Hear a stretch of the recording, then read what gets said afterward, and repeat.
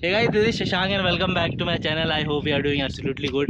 So मैं बहुत ही amazing जगह आया हूँ। मैं कास प्लेट्यू आया हूँ, जिसको कास पत्थर भी बोला जाता है और वैली ऑफ फ्लावर्स भी बोला जाता है। सबसे अच्छा टाइम यहाँ पर आने का जो है वो सितंबर अक्टूबर तक ही होता है, क्योंकि बारिश के बाद ये फूल पूरे खिल जाते हैं। सो गाइस, हम लोग पुणे से चले थे शाम को, तो हम लोगों ने एक होम स्टे लिया है। बहुत ही ज़बरदस्त होम स्टे है। यहाँ से 7-8 किलोमीटर दूर है कास से, तो हम लोगों ने रात में वहाँ पर स्टे किया।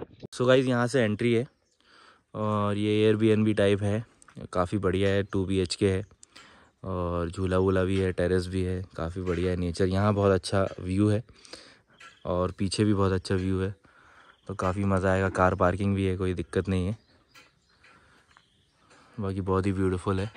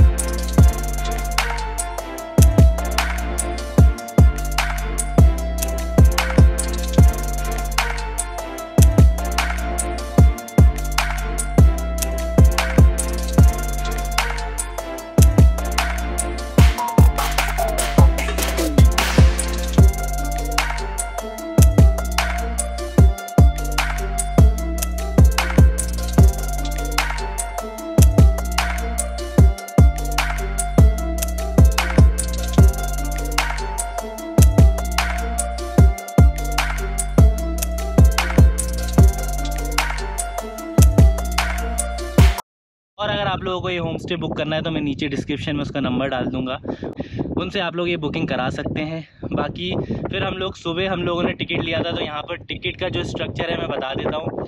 स्लॉट्स होते हैं, 7 से 11 का स्लॉट है हमारा सुबह का।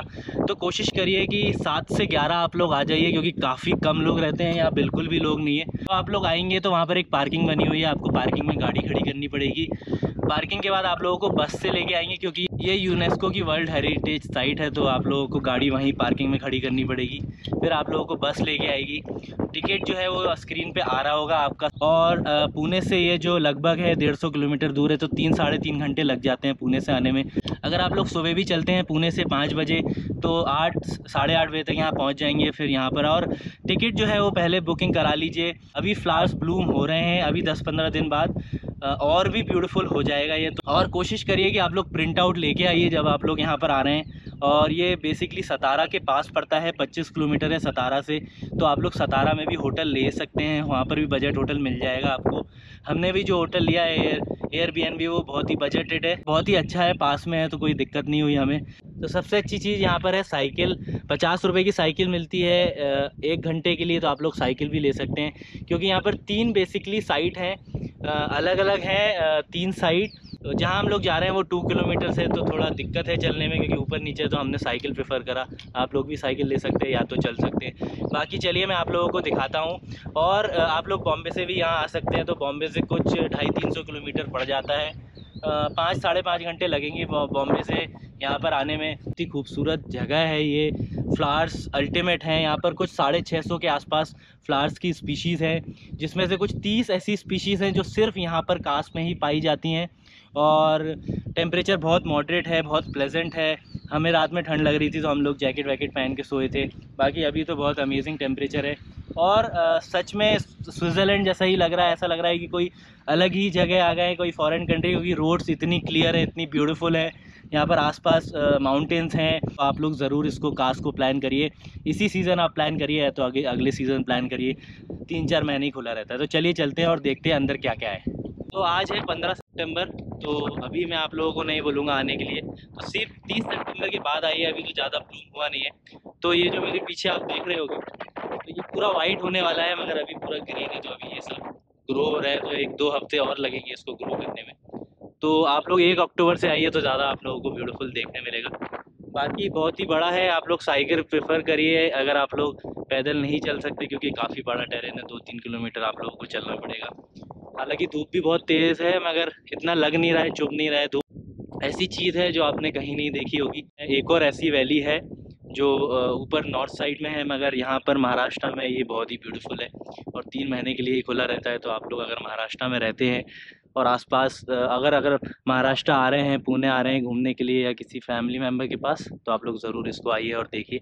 और आसपास जो माउंटेन्स हैं वो भी बहुत ही ब्यूटीफुल दिख रहे हैं। गाइस जैसे ही आप लोग आएंगे, यहाँ पर आएंगे ना, तो यहाँ पर 4 गेट हैं और 3 स्पॉट हैं। जो 2 गेट हैं उसका एक ही स्पॉट है, एंट्रेंस है।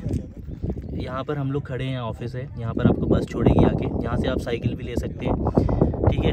फिर हम लोग यहाँ से सीधे गए थे, ये कुमुदिनी लेक है यहाँ पर छोटे छोटे फ्लावर्स मिलेंगे आपको वाइट कलर के। हम लोग यहाँ पर गए थे, यहाँ पर भी एक गेट है, यहाँ पर भी एक गेट है, तो 1 2 3 4। अभी हम लोग यहाँ जाने वाले हैं, ये वाली जगह पे, ये आपको देखा तो ये।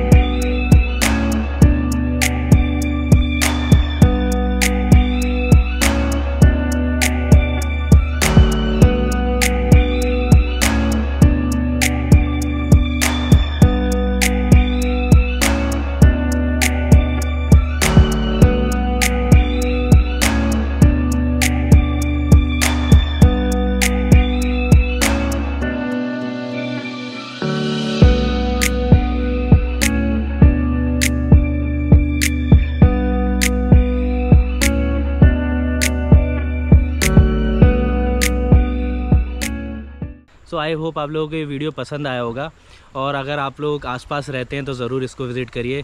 And thank you so much for watching. अगर आप लोगों ने चैनल सब्सक्राइब नहीं किया है तो do subscribe my channel, like share करिए। सो मिलते हैं नए डेस्टिनेशन पे। Thank you so much for watching. Bye bye, take care.